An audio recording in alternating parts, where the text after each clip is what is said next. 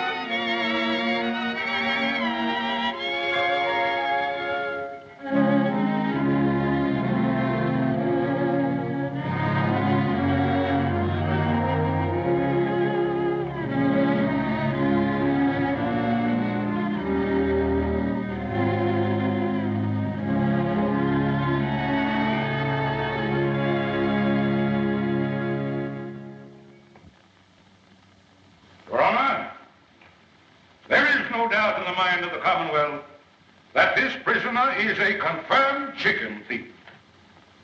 He has no place in this God-fearing community. He is a vagrant. He cometh from no man knows whence. Since arriving in our midst, he has been known to do no honest work. The Commonwealth of Kentucky asks, yea, demands, that he be adjudged guilty and sentenced to 6 months on the chain gang.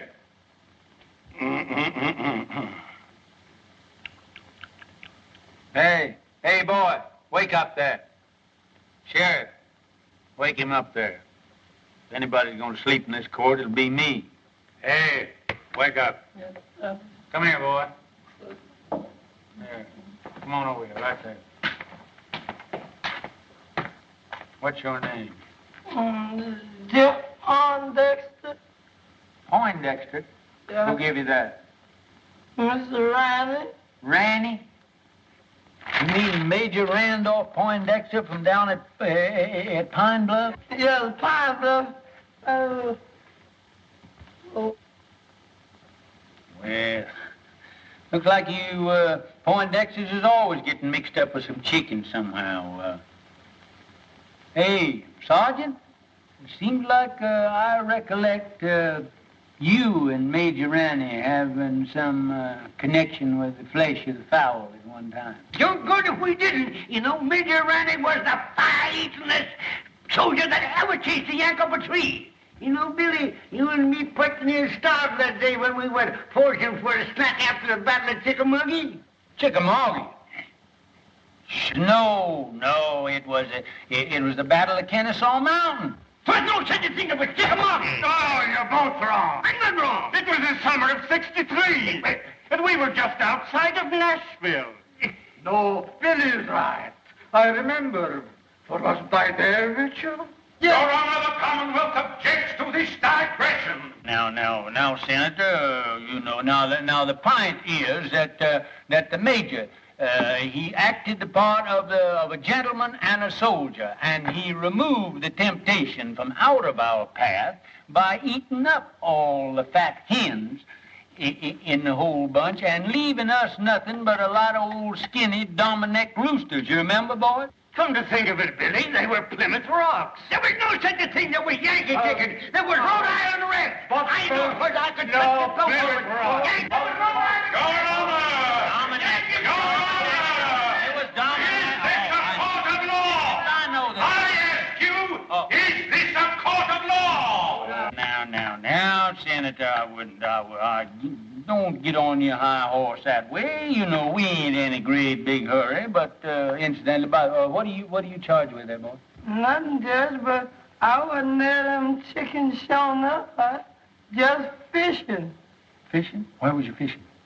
Down Sleepy River. Ain't no fish in Sleepy River. Ah, son. Ain't neither. Full of catfish. Doc's right, Jimmy. Yeah? Sure is, white folks. I catch bull-ass catfish in there that long. There's your proof he's lying. Here, come here. What do you use for bait? Oh, I got a hunk of beef liver. Beef liver. Yeah, I have to take the That's beef good. liver and put it on the hook and chunk it out there. Let them have the first piece for nothing, see 'em.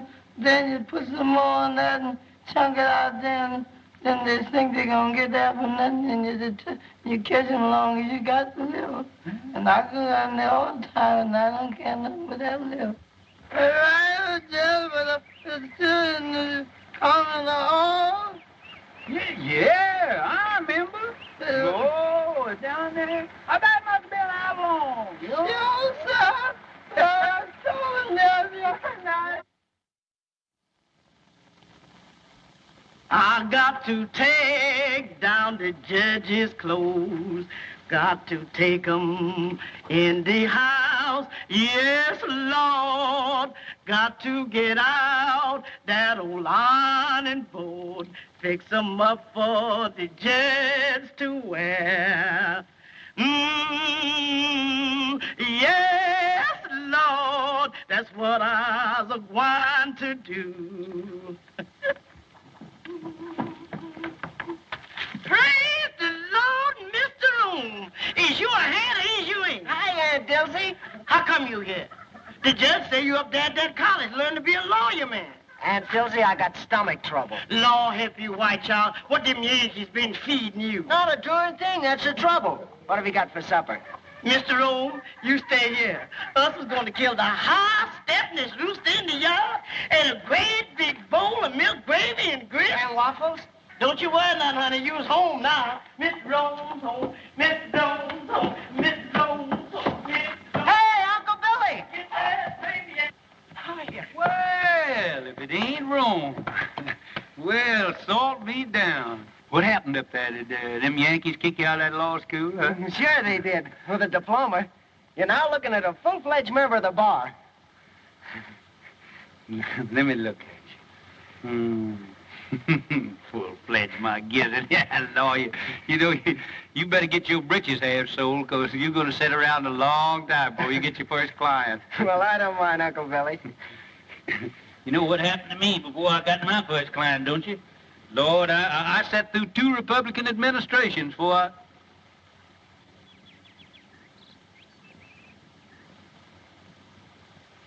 Who are you playing? Oh, I'm just doing a little practicing here for the championship. I got Jeff here. He's doing the retrieving for me. Me and Herman Felsberg is going to play against Jimmy Bagby and Doc Lake. 2 of them balls down there, will you, Jeff? 2 again. Mm-hmm. Remember the last time? And I'm going to show you what had happened to Jimmy Bagby now. If he's, just want to show you how far I can... Ooh, look at... Look at them Yankee shoes you got on there, Jeff. Look at that. Yes, I never seen shoes with buttons on them before. I seen pants, but... Oh, say, that's fine. Oh, just take your button shoes with you and just step that off and see just how far it is. All right, I think that's Uncle about a Billy. record. 1, 2, 3, 4.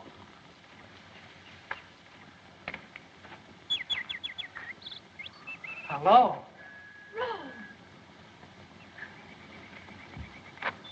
Glad to see me? Why, I thought you were still up north. I got in this morning. How'd you know I was back here? Well, I didn't, but Uncle Billy... My, you look pretty with those things. Isn't this the lovely spray? Mm-hmm. Now, young lady, I want to ask you a question. Please let me down, Rome. Miss Gillespie, will you please tell this court why you didn't answer my letters? I've got to go in. Really, I have. Now, tell the truth, the whole truth, and nothing but the truth, so help you. You know why. All I know is that you've changed since I went away. Well, that isn't it, Rome. It's just that we've grown up. You mean you don't like me anymore? Oh, Rome. Well, if my mother or anybody has said anything... Oh, Ellie Mae, I mean... Well, I'm old enough to choose my own friends. Please let me go. We've got to get this thing settled once and for all. I've got to go in, really, I have. All right, then. I'm coming back tonight and find out what it's all about. You can't. I have an engagement. Who with? Fleming Talley. Well, how about tomorrow night? Oh, Rome, it's no use. All right. That's the way you feel about it? You can sit right there till we understand each other. That's all right. That's all right. We don't need no more practice for them old men. Besides, that exertion calls for a julep. Yes, but you gonna wait for that young gentleman for you. Wait for him? Unless young folks has changed since I was skirmishing around. He won't be back for quite a while. Just look at that goat. Ain't that a pretty sight? What, that goat? There ain't nothing pretty in the world than two young folks in love in the spring. Do about that goat. Oh, goat. My Lord, ain't you got any sentiment? Ain't you got no girl? Wasn't you ever in love? Tell us stand around here talking about a goat or something. But your mint. What about my mint? A goat in your mint bed. It's in my mint bed. Get out. Act like you starved. Get him now. Bet you hungry, too. Don't look. Why, William Priest. Oh, hello, Carrie. This is a fine how do you do. What will the neighbors say? I'm ashamed of you. What's ailing you now? That gum goat come in here and eat up my mint bed there. I'll bet he must have been the ruination of 1,000,000 juleps. You and your precious mint juleps. A circuit court judge. Where's your dignity? Dignity? I don't reckon the Priest family will ever have to worry about dignity as long as you're alive and kicking. Well, it's a good thing somebody in this family has pride. I always told my brother when he married you that he saved the family name. Well, if he were living, he wouldn't be fooling around the front yard with a goat. That's not what I came for. Have you seen Rome? Oh, Rome? Rome? Oh, appears like I did see that son of yours around here a while ago. I expect he's downtown, though, now. Strutting around, showing off his button shoes. Now, don't you play possum with me. As if I didn't know you'd been encouraging that girl over there to set her cap for Rome. Carrie. If I didn't know that you had the biggest heart of any woman in the world, I'd think you're the most suspicious creature that ever come down the pipe. Never mind that. You come up on the porch. I want to talk to you.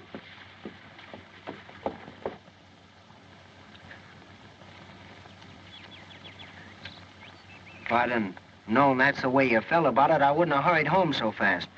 I'm sorry, Rome, but after all, you have your career, your family, and everything in the world that matters to you right here. I don't think you care what matters to me. That's not fair, Rome. After all, I'm only telling you for your own good.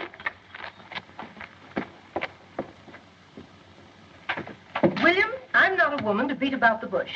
This business of Rome and that girl next door has got to stop. What do you got against Ellie Mae? She's an awful sweet girl, seems to me. She's got gumption, and she teaches school and supports herself. I don't want to be unkind. She may be a very nice girl and all that. But after all, Rome is one of the Kentucky priests. And the name of priest means something in Kentucky. Well, I've never heard that it meant intolerance. It means good stock and family pride. You know the kind of stock she comes from. Yeah. Her ma come to this town penniless and died giving birth to Ellie Mae. I remember the night. She was a frail little woman. Wasn't any bigger than Ellie Mae is now. And just as pretty. But who was her father? Well, nobody don't rightfully know. Well, family may not mean anything to you, but it means a whole lot to me. I'm not going to have my grandchildren come into the world under a cloud. You haven't by any chance picked Hod Maydew as a grandpappy, have you? Oh, I know you've never liked Senator Maydew, but you can't say anything against his folks. They've got money, They're an old family, and Virginia's a lovely girl. She's always been crazy about Rome. He could do a lot worse. Well, I guess me and Rome, we ain't got anything to say about it. I knew you'd come around to my way. You gonna stay for supper, ain't you, Carrie? Not tonight, thank you, William. The Daughters of the Confederacy are having a chicken supper at Kate Maydew's, and I'm late already. Looks like you daughters get more ferocious every year towards Yankees and fried chicken. You got your badge on there. Yes. Mighty pretty. Good night, William. Sometimes I think you women got more badges and medals out of the soldiers did. Good night, Carrie.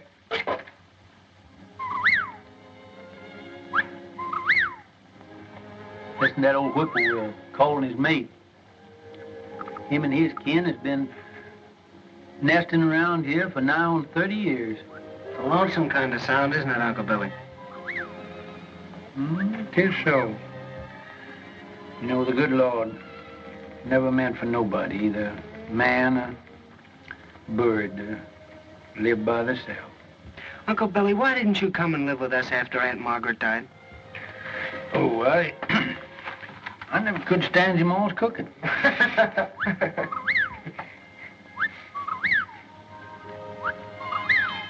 Oh, fine swing over there on that other porch. I wouldn't be surprised if they ain't a pretty girl sitting in it now. She's got another fella tonight.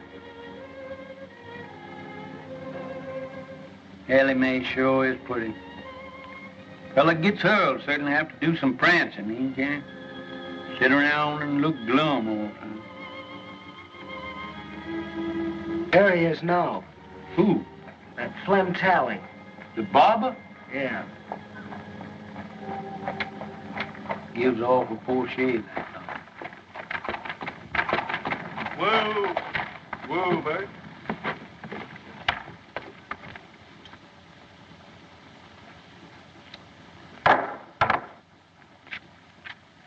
Yeah, I am, honey. Here's the news.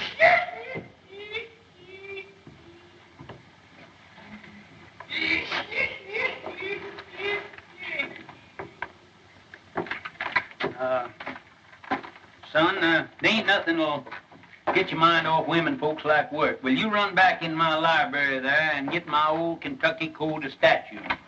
It's an old calfskin book up on the top shelf there. That gets me, that brain there. Long years, I'm just gonna see if I can't stop him. Gabby Rives and Joe Herringer, you know, the boys that work for me down at my barber shop. Well, they comes to me tonight and wants me to go over to Old Town. Some high-flying gals over there. But I tells them no. I can have all the fun I want right here at home. Now, guess who I was talking about? Couldn't I make you some lemonade? Lemonade? Sure, honey. And I got something to sweeten it with. Right out of the mountains and kicking like a mule.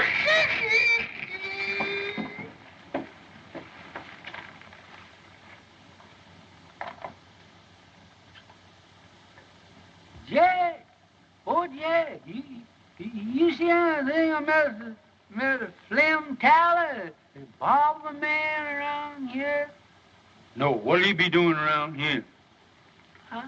I don't know, Judge, but they're headed this way for him. What are you talking about? Who's they? Some lady's pappy, a 2-barrel shotgun. He said Mr. Tally's been messing around. He sure is in a killing mood. Well, you mean that he's going to annihilate him? No, sir. He just gonna shoot him. That's all. Well, there ain't a thing that I can do about it. My job don't stop until they've got him all laid out in the morgue, full of buckshot, cold and dead, and ready for burial. Then I steps in. But you, Judge, you the law. Oh, I can't do a thing about it, as I said before, until the shooting is over. And then I'll certainly see that the murderer gets a fair trial.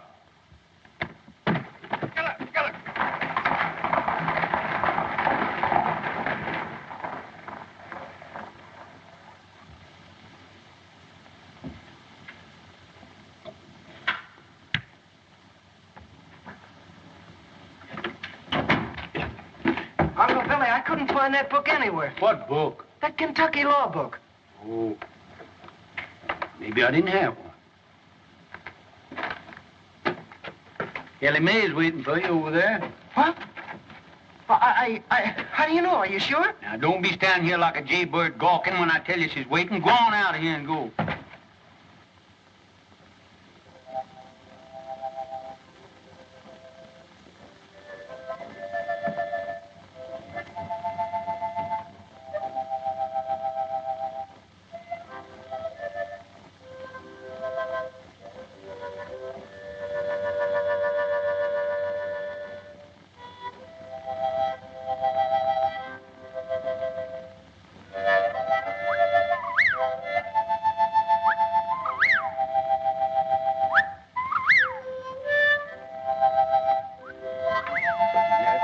Whippoorwill. Mighty poor company on a night like this. Good night, Dad.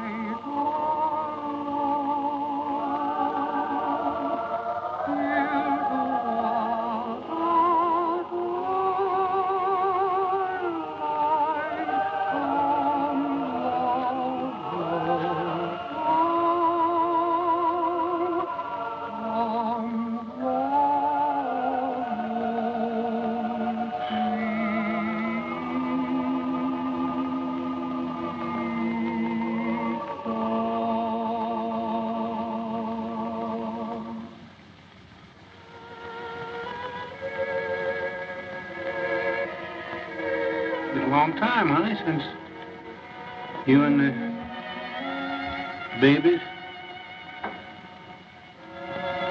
went away. Oh, Rome come home tonight.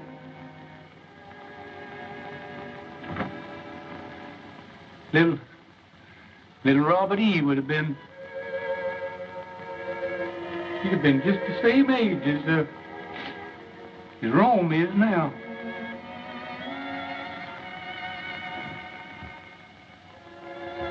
I guess it's Rome coming home is what makes it seem more lonesome than ever around here.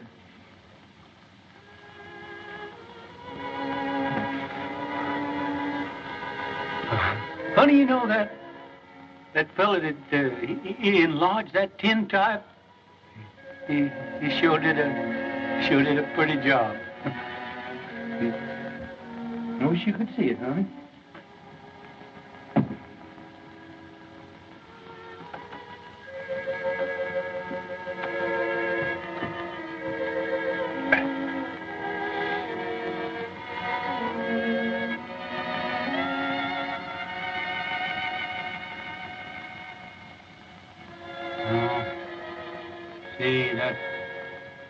That fella put that gilt on there. Regular humbug. get that fixed.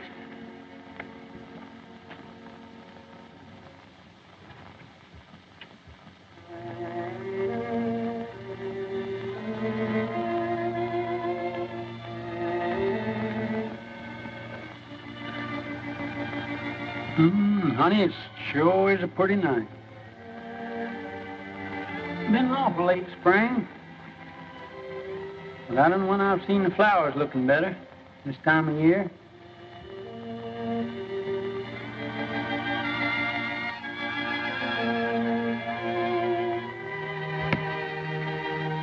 People are funny things. Always got their eyes set on something. Rome, he's got his eyes set on Ellie Mae, and Carrie, she's got hers set on old Hard Maydew's daughter, Rome. Old Hard, he's got his eyes set on my job. Some of them's gonna be disappointed. Them honeysuckles sure do smell sweet. Seems like I just can't get my nose full enough of them.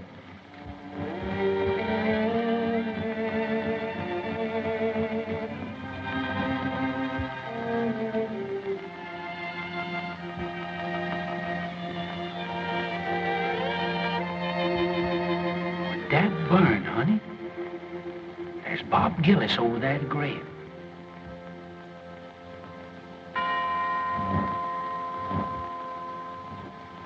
It's at Ellie Mae's mother's. You're a pretty boy, though. Yes, sir, you is. Hi, Jimmy. Hello, Billy. What are you doing there? Figuring on getting called to the colors again? Hello, Gillis. Well, Never know what them Yanks is going to do. We licked them once, and I'm keeping old Deadeye ready in case we got to do it again. Say, better look at old General Forrest there. Think he's gonna need a little shoeing pretty soon. Well, I'm mighty busy right now, Billy, shoeing them two horses over there. Hey, Bob, we better take a look at the judge's horses, some of them.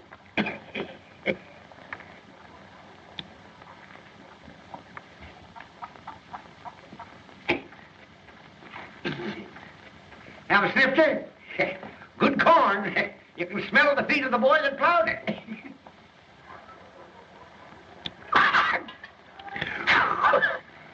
That breath of yours is like a hot mince pie. Where you going? Going fishing. Sleepy River. Sleepy River? Why don't you fish in the trough there? Need shoeing? no, all right for a while yet. Say, bad scar you got there. Bullet? Yeah. Get that in the war? No. Folks say you come from up north. Must have got that up there.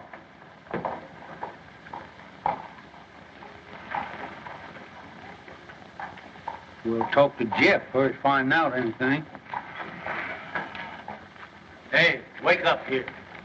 Somebody come along, steal a horse, and leave you sitting here holding the line.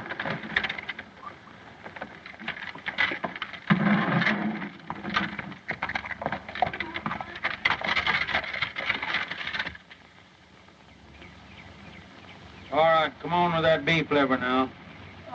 The bait is in a bait bag. All this keeping head Hurry up now. and liver.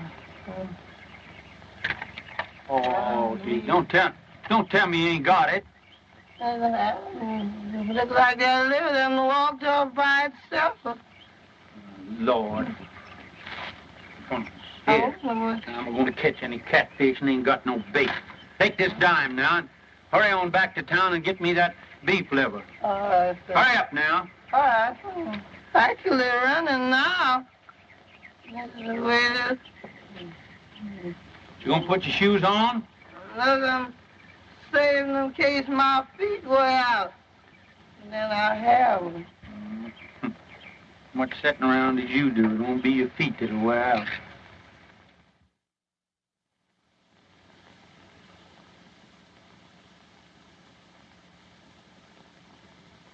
Master Jesus wrote me a note. He wrote it on the wall. He tell me to put on my Sunday clothes, for he's coming to fetch me soon.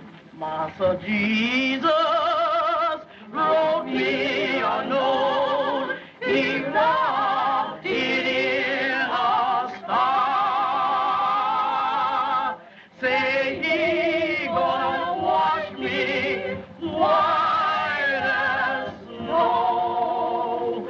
Though I be as black as tar. Because I got a hat and this good old pretty vest hanging up in there doing nothing. Fine crab. Well, plague take you, I thought I told you to stay away from that vest. Yeah, but Judge, it got hung up on Yeah, you got my coat on there, too. Yes, but this old skunk coat. Skunk coat? I mean possum. What do you mean, possum? Rabbit. Rabbit? Say, listen, every inch of that is raccoon. Better be raccoon. I took it off a rich Yankee. Now you get in there and put them things away from there. Better get on over at that festival there. Dilsey might be needing you, too. How are you, Judge? Just Oliver, Reverend, just Oliver. I'm afraid it takes ice cream and cake to get you old soldiers out of it, Judge. Yeah, if the Lord ever gets in a jam, why, he knows who to call on. That's right. Going to church isn't everything there is to it. Evening, Senator. Good evening, Reverend. Good evening, Judge Breeze. Good evening, Hart. As one of our best churchgoers. Yes, it's surprising how far some men will go to get a few votes. Too bad we didn't get rid of him and get him off up to Congress there after him spending that term in the state Senate. I understand he thinks you deprived him of that honor. Me? Great Democratic Party and Thomas Jefferson. Evidently the senator doesn't see it that way. Tell me that his cases in your court have taken on the appearance of a personal feud now that he's a candidate for your job. Oh, I wouldn't say that, Ashby. But I am going to have to get out and do some mighty tall electioneering, you know. Hart he's a spellbinder in a silver tongue from way back. I'm just an old country Jake who kind of a baby kisser. I ain't got much to offer the boys in the way of rhetoric. I understand he doesn't approve of your grammar. My grammar. First thing I learned in politics was when to say ain't.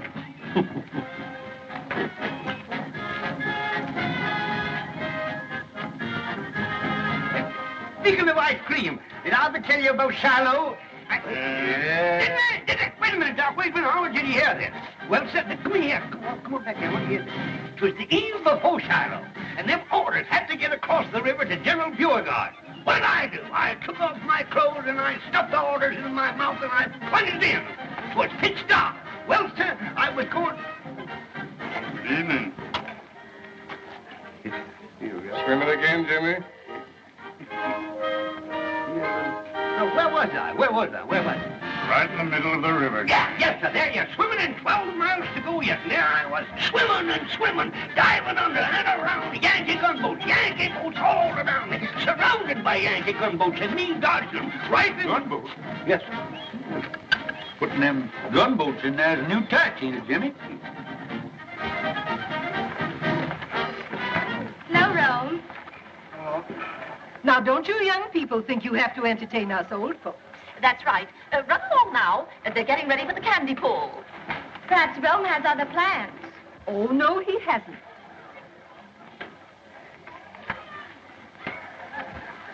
I declare, Virginia gets prettier every time I see her. And I know you're happy to have Rome at home again. Oh, he's such a nice boy. Don't they look fine together? Look at them, Horace. Ah, yes. Youth, beauty. I remember when I first crossed the threshold of my young manhood and listened to the sweet murmurings of my heart. Oh,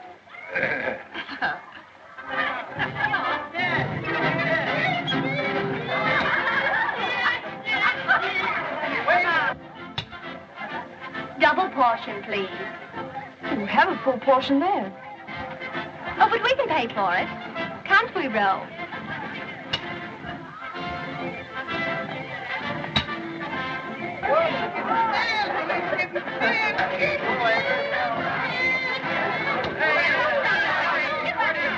Gentlemen, I propose to conduct my campaign on a dignified basis. No personality. Others may censure the homespun manners of Judge Priest on the bench. Not I.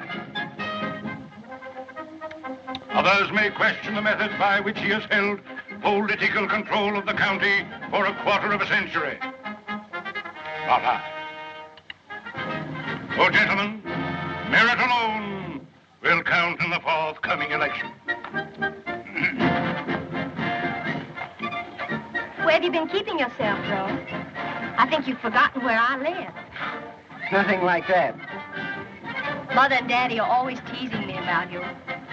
I tell them you don't care anything about me. Bet you have a girl up north.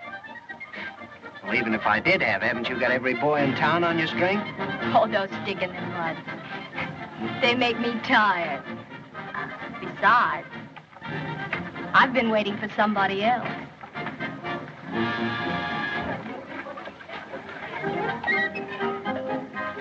Attention. Say, what's the prettiest gal at the festival here, moping around back here by herself, huh? You want some taffy, Judge? I ain't much of a taffy puller.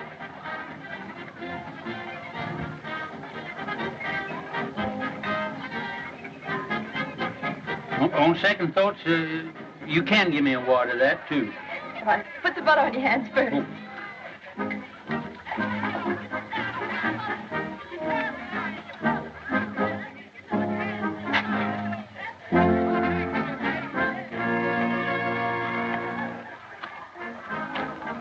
Oh. Uncle Billy. Oh, no. You ain't doing that right. What's the matter with it? Here, let me see your hand. You ain't got no butter on there, no wonder. Here, let me show you. Here, put mine in here. Let me show you. There. Go on up there. Run on up there and put some more stickum on your hand there. Go on, right up there.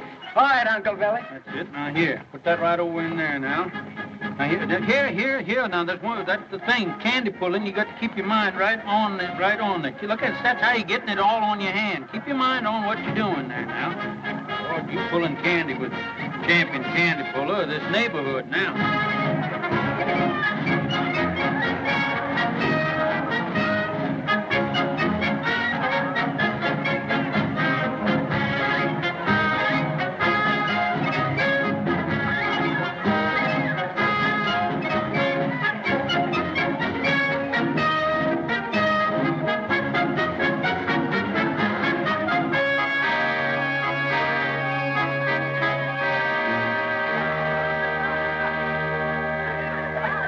I think this is your fault. The sun shines bright in my old Kentucky home.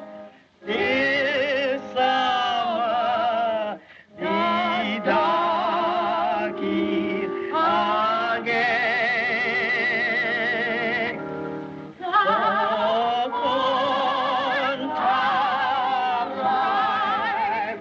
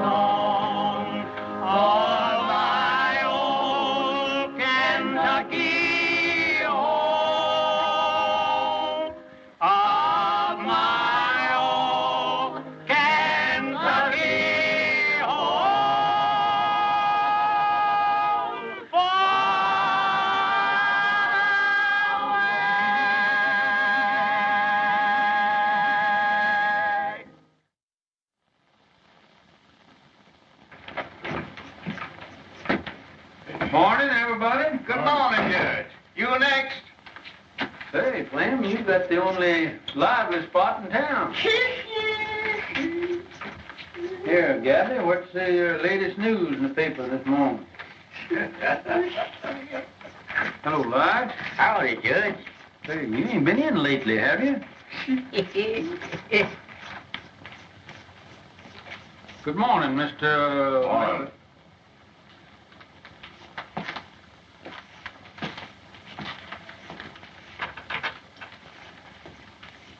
Nice day. Yeah. Oh, Flem, here she comes.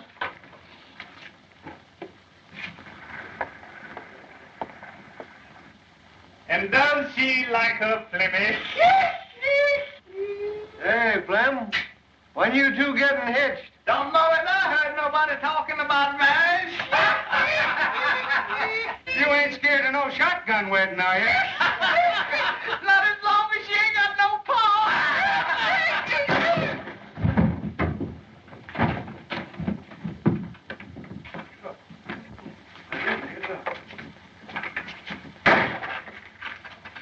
Say, that fellow's going to make himself mighty unpopular around here. That's right, Judge. Yeah. There's about 2,000 male citizens here that's going to be mighty sore at him. Yeah. When they find out that he punched you in the jaw before they could.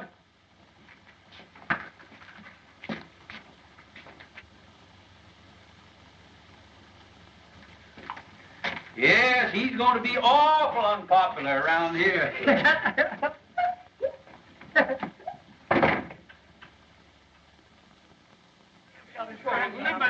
We're not licked to the last shots fired. You ain't gonna have no excuse. I got the grounds in good shape. Yeah, you choose up with them. There you go. Yeah. 1, 2. Oh, your hands shook.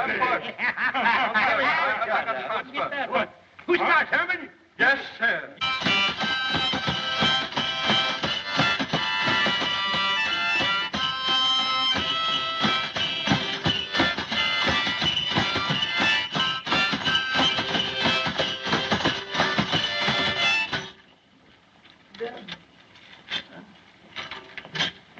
My wife and I live all alone in a country called our home.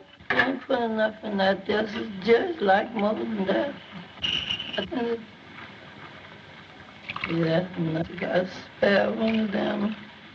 This is serious. I ain't trying to take it with just out of it. Always think somebody trying to. Hey! Cut them monkey shines.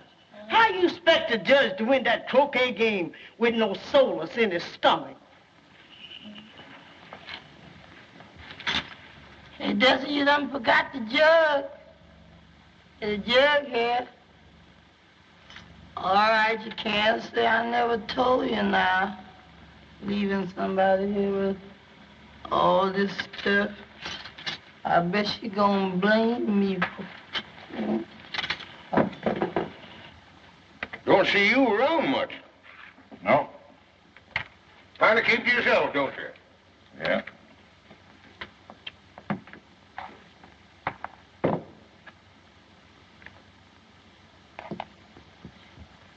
Joe, get some more beer while I knocks me that 14 ball down there in the corner. I'll pay for it.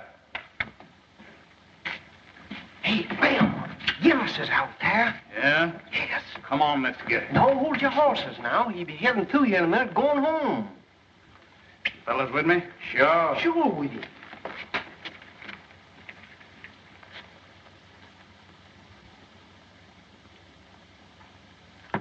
Another? Nope.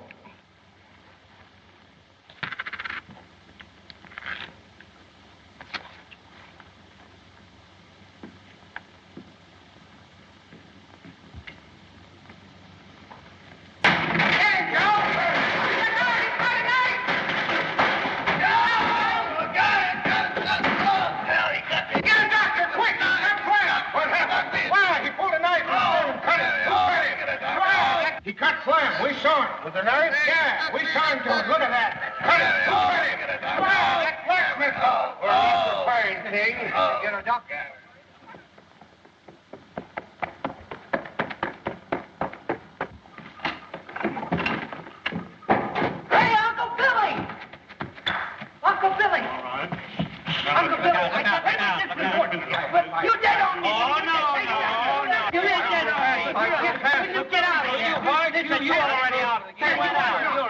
Get out of here. Oh, no. Go on. Yeah, get away. He missed it. Rome, please, will you? Wait, this is an important game here now. Keep still. We're tension.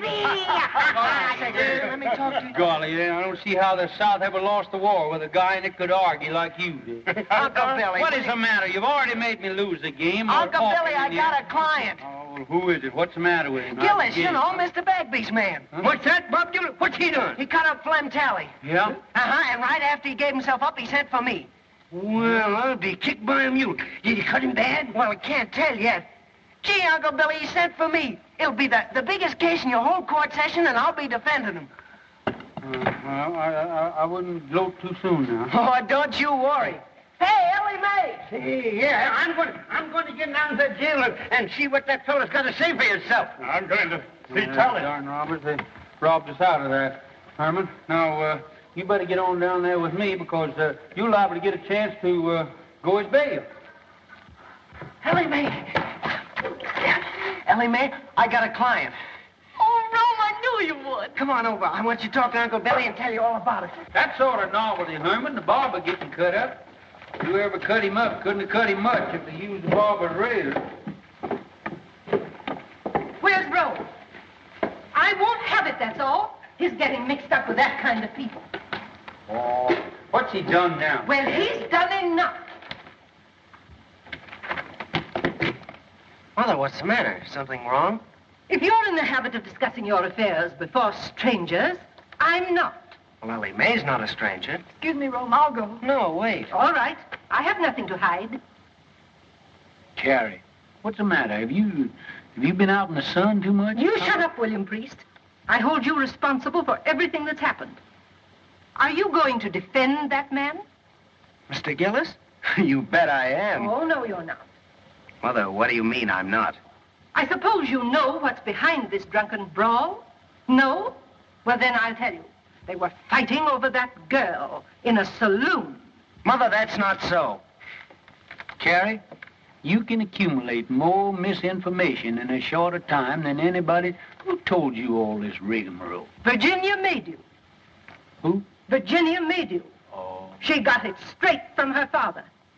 And brought it straight to you. She wanted to warn Rome. I know you've never liked me, Mrs. Priest. I know you've tried to stop Rome from going with me. And I know you think I'm not good enough for him. Well, let me tell you something. If Rome were half as mean as you are, he wouldn't be good enough for me. Well, of all things. Carrie, looks like you run second. Oh, no, I don't. If Rome's father were alive, he'd back me up. Rome's already got himself talked about all over town with this girl, and I'm not going to have him publicly defending her in court. Well, Rome, see how your mother feels about it, so looks like you lost your first client. It's certainly hard to get, too. No, Uncle Billy, I haven't lost anything. Rome? Mother, I think I'm old enough to know my own mind. I said I'd defend Mr. Gillis, and I'm going to go through with it.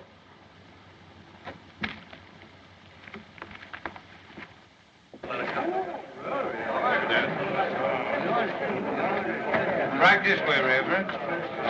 Have that chair there, please, sir. Hi, Reverend. Hi, Lou. How are you? Well, all right.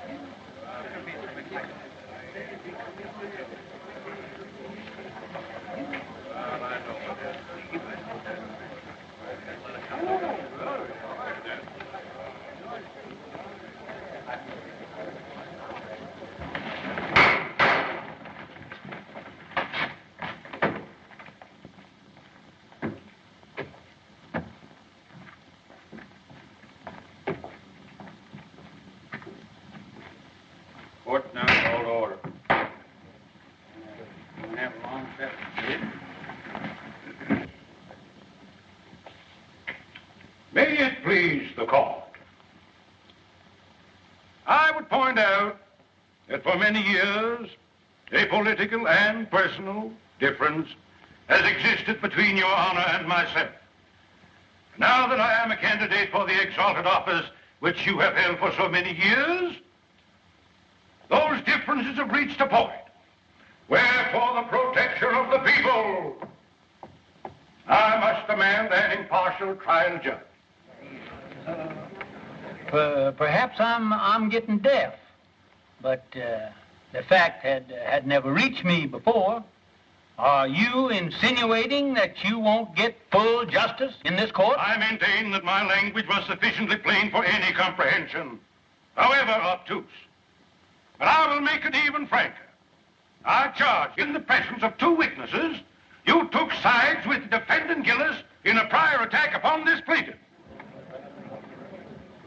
I've been sitting on this bench for nigh on 20 years, and nobody has ever asked me to step down. I'll file an affidavit of prejudice. That won't hardly be necessary. Then I call upon you, Judge Priest, to vacate the bench during this trial and yield your place to a qualified judge.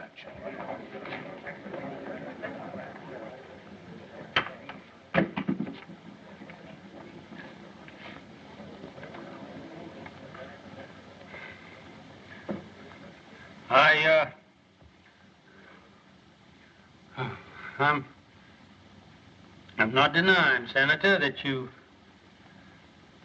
kind of took my breath away. I guess I had just sort of got the habit that I was took for granted here on this bench. Gosh, I'd put near raised in this courtroom. When I quit fighting, 65,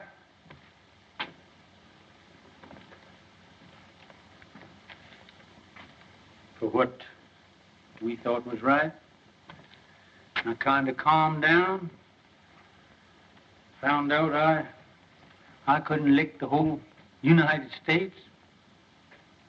I come back here to my hometown, and I put up my shingle. It wasn't long before I was sitting on that bench. Maybe I did have a hankering for the spirit of the law, not the letter. But as far as I know, nobody ever found cause to complain till now. Now, you jury, you forget everything that I've said. And my feelings has no place in the records of this trial. Now, if you will excuse me, neither side has any objection. I'd like to ask the Honorable Floyd Fairley if he won't come up here and take my place on the bench.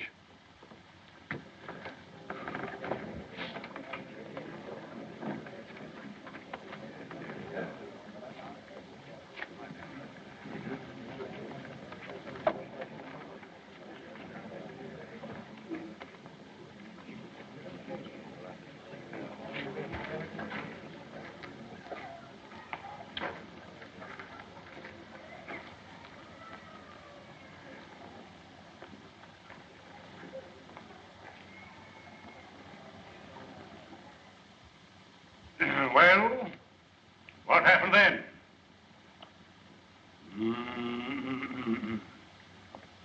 Gentlemen of the jury, in plain language, the defendant here burst in upon these three worthy citizens. I object, Your Honor. I deny that my client ever burst into any place or anything. Objection sustained. So be it, Your Honor. Nevertheless, I shall demonstrate that my young friend's client here did burst into something. That armed with a lethal weapon, to wit, a dirk, dagger, or knife of deadly length and deadly sharpness, he burst into Mr. Talley's quivering flesh. I object, Your Honor. Objection sustained. Your Honor's humble servant bows to Your Honor's august ruling. In due time, Mr. Talley's scarred and mutilated person will bespeak the verity of my claim with a silent eloquence far exceeding the powers of my poor tongue.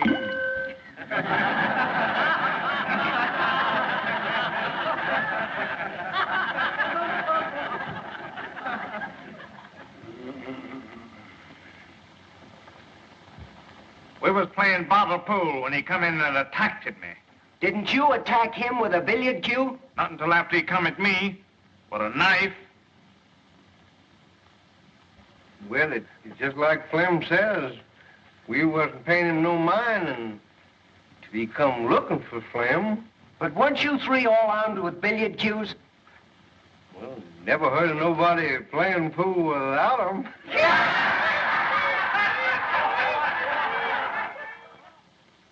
It's just like Flamin' Joe says. He come in looking for trouble. You don't like the defendant, do you?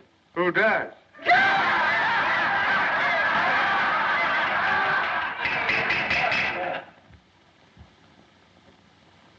Your Honor, the defense is through with the witness. I should think my young learned colleague would be glad to be through with the witness. Your Honor, the prosecution rests.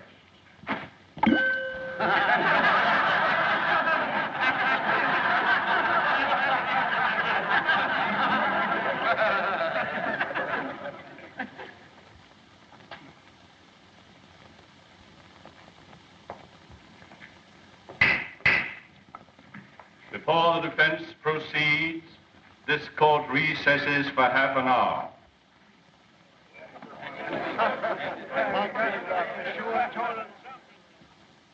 I don't know why you did it, Mr. Gillis.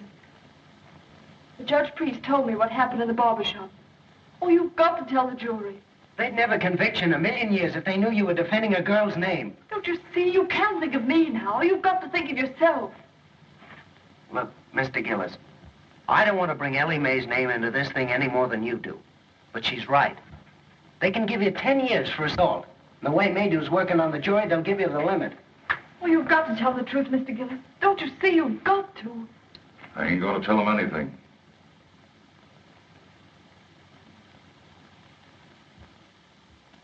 Yes, sir.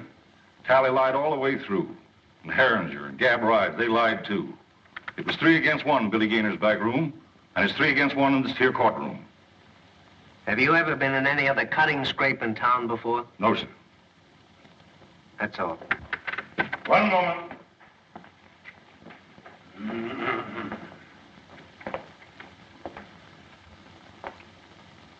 Where do you come from, Mr. Gillis?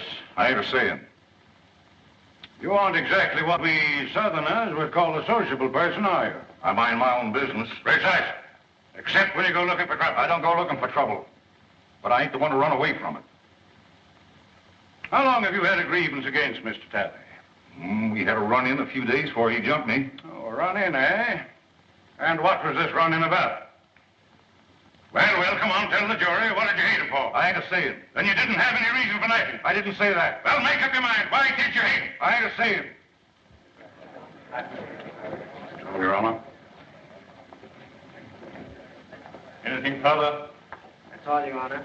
The defense rests.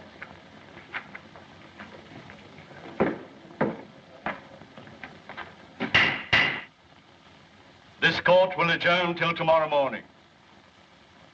It is our hope that the summations will be brief, so that we may all attend the reunion ceremonies, which begin at noon.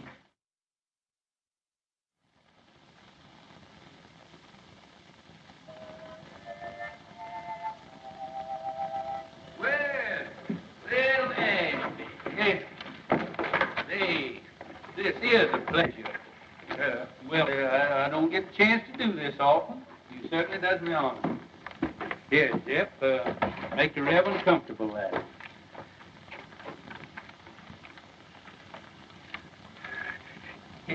It looks like you kind of caught me red-handed there. Could I, kind of inveigle? Been a long, tiresome day, and it's mostly mint. No, thank you, William. I appreciate your subtlety. You know, I kind of thought that you'd be working on your Memorial Day address for tomorrow.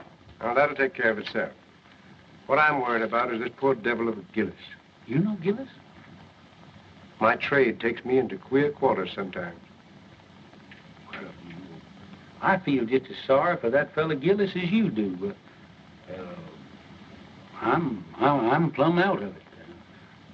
Hart got the best of me. He sure did. Case is closed. It's all settled. I don't think Hart will, he'll be fool enough to reopen the case for nobody or nothing.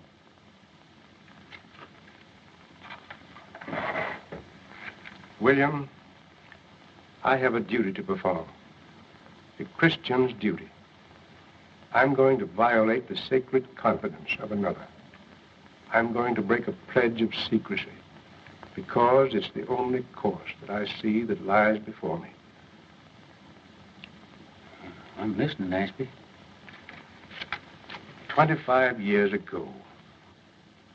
The judge is showing hard misery. Reckon folks ain't been acting just right. Maybe his stomach's been complaining and he needs a toddy this night. Yes, Lord. Yes, Lord. 'Cause tomorrow he's got to be like Mr. Samson, saving Daniel from the lion's den. Saving Daniel from the lion's den. Yes, Lord. Yes, Lord. The judge could do with a toddy right now. Yes, Judge. Yes, they'll see soon as you catch me some men. Oh, Jeff. Jeff. Come on, hurry up here. Come on here when I holler at you. Where you been? Well, I was... Hey, listen, you want to earn that old coonskin coat of mine? I can have that coon coat, Judge. Thank you. Yeah, wait a minute. Come back here. You can if you do everything I tell you to. Do you know a gentleman by the name of Mr. Hard Maydew? Yes, that mean man, that coat house. Yeah. Well, now you see that he gets that, but don't you let him know how he got there, see? That's all I got to do, Yeah. Thank Say, you. wait a minute. Can you play Dixie on that thing there? With that coon coat, yes, I played Dixie with Marching Through Georgia. Way ahead. Marching Through Georgia. Yeah. I got you out of one lynching. Yes, but for that coon coat, I know what I was going to Get you playing Marching Through Georgia, I'll join the lynchers.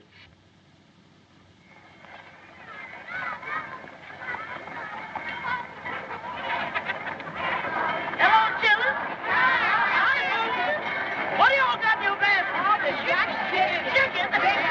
Well, that's what I got. That's what the judge like, eh?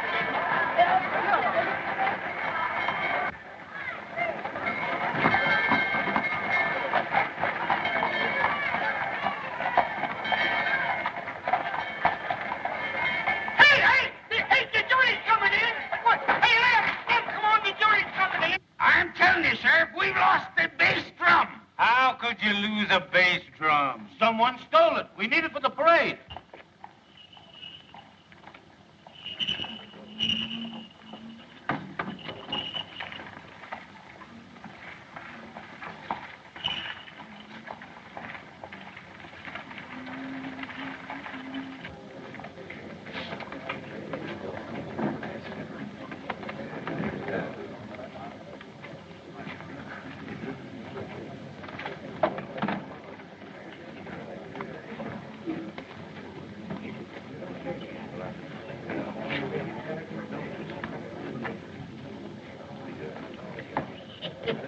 Thank you.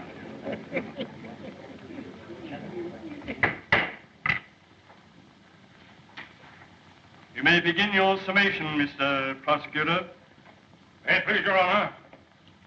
Since adjournment yesterday, certain information has come into the hands of the Commonwealth, which, in the interest of justice, impels me to reopen the case.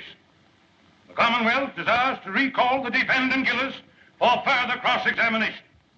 Very well, Mr. Maydew. Proceed. Robert Gillis, take the stand.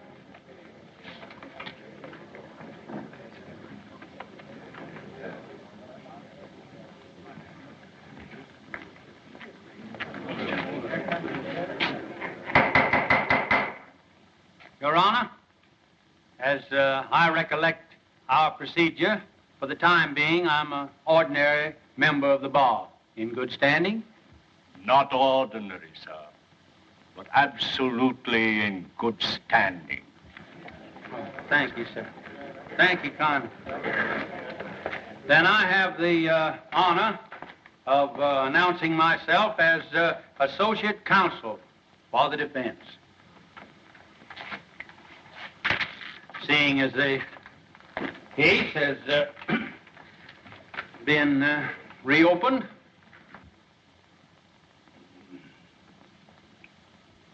Mr. Gillis, were you always a man of turbulent and violent nature? Always left them alone as left me alone. Is that so? What was the name of the man you once upon a time murdered? I never looked on it as no. No, it wasn't murdered. A man was killed, wasn't he? Yes. And they stuck you in jail, didn't they? Yes. And they charged you with murder, didn't they? Yes. And the jury found you guilty, didn't they? Yes. Were you sentenced to be hung? No, I went up for life. Did you escape or were you pardoned? I ain't a-saying. And I won't tell you no more no matter what you ask me. You don't need to. Judge Priest, your witness. no questions, Your Honor.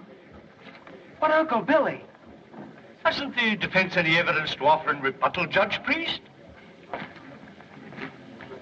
One character witness, Your Honor. Mr. Clerk, will you kindly call Reverend Ashby Brand? Run.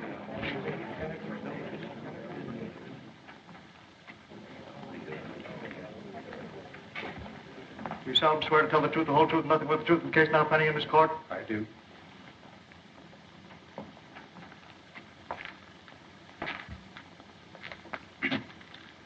Reverend Brand, before you come to this town, what was your occupation? In my early manhood, before I took holy orders, I had the honor to be a captain of artillery in the late war. In the War of the Rebellion? No, sir. The war for the Southern Confederacy. Yes, sir. You're right, sir. That's right. He's right. Oh, my error. One moment, please, Your Honor.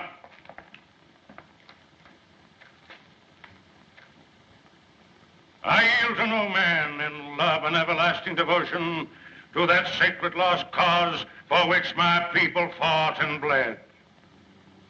But though I cherish all those dear and everlasting memories, which even the bare mention of that great conflict must awaken in every true Kentuckian's bosom, I fail to see any possible connection between this reverend gentleman's military record and the guilt of this man, Gillis.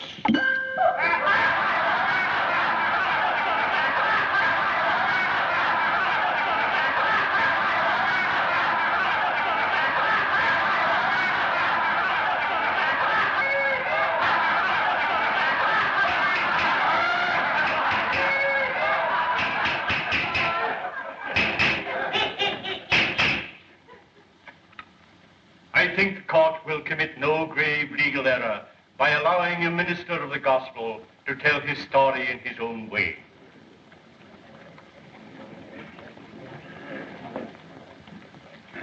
Meander along, Reverend Brand. As many of you know, I am a Virginian. On the day my state seceded from the Union, I enlisted. I was a private in Penn's Virginia Battery. By the latter end of the 3rd year, I was in command of that battery. All the officers ranking me had been killed or disabled. We lost heavily at Chancellorsville. And at Fredericksburg, we were almost wiped out. We kept our field pieces. We kept our pieces until the end. But we had not sufficient men to man those guns, nor anywhere to turn for more men. There were no more men left to come in. The Confederacy in '64 was robbing both the cradle and the grave for cannon fodder. Well, sir, I got temporary leave and went to Richmond to see our war governor. I said to him, "Sir, I've come to you to ask for men to serve my guns." He laughed and said, "Tell me where they're to be found." I said, "Among the chain gangs from the state penitentiary." He said, "You've come too late, young man. I've freed every convict that might conceivably be trusted with freedom. There are left only the lifers, and I dare not turn them loose. They're working under guard, building defenses for you to fight behind." He opposed me, but I argued with him. Finally, I won. He gave me authorization, signed it, and with his own hand, affixed the seal of the sovereign state of Virginia. I rode back to the line, sir, and I found my chain gang. I told them to drop their tools and line up before me. I told them, if you go with me, you go to face a hell of destruction and suffering and death. But I said, if you do go, you go as free men, as soldiers of the Confederacy. Your past will lie behind you, and your future, if you survive, is in your own hands. And I promise you this much: if you stand fast, if you do your duty, if bravely and honorably you acquit yourselves as men, then such of you as lived through to the end, and some of you will live, are not to come back to this. It's for you to decide. Those who remain behind, stand fast. Those who come with me, advance one pace. Gentlemen of the jury, I tell you, they came at me like a wave from the sea, every one of them. And as time went on, they won for themselves the name of the battalion from hell.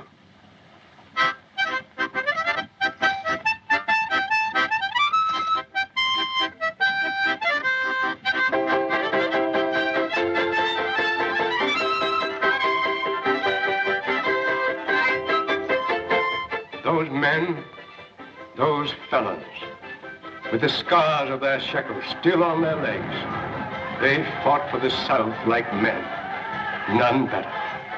And they died like men, most of them. I was one of those men of whom I wish to speak a special word of tribute. He stood out for his courage and his fidelity, for his worth as a soldier and a man. Most of all, for his invariable truthfulness under all circumstances. He was from the mountains of my own state, a man who spoke little, but did much.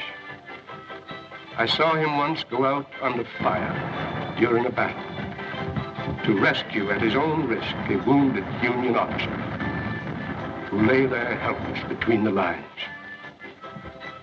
Another time, our stars and bars was wrested from our hands.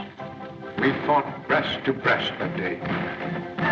This man of whom I'm speaking threw himself on a riderless horse and rode into the thick of it, and by the grace of God, came galloping back from the jaws of death. Our colors clutched in his hand.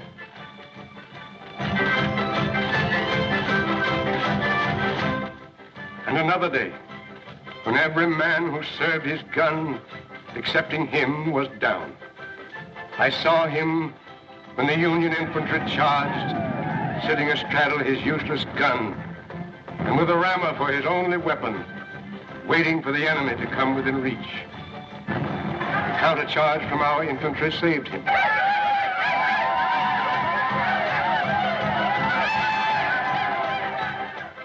But he had stood fast, and he was alone. After the surrender, I kept his secret, and kept it to this very hour. Though I've seen him daily at his work, watching over his daughter, providing for her education through me, all unknown to Ellie Mae.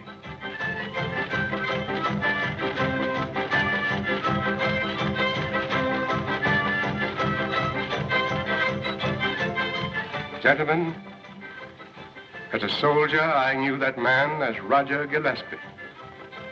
You know him by the name he now wears, Robert Gillis. Hooray for Jeff Davis, the Southern Confederacy, and Bob Gillis!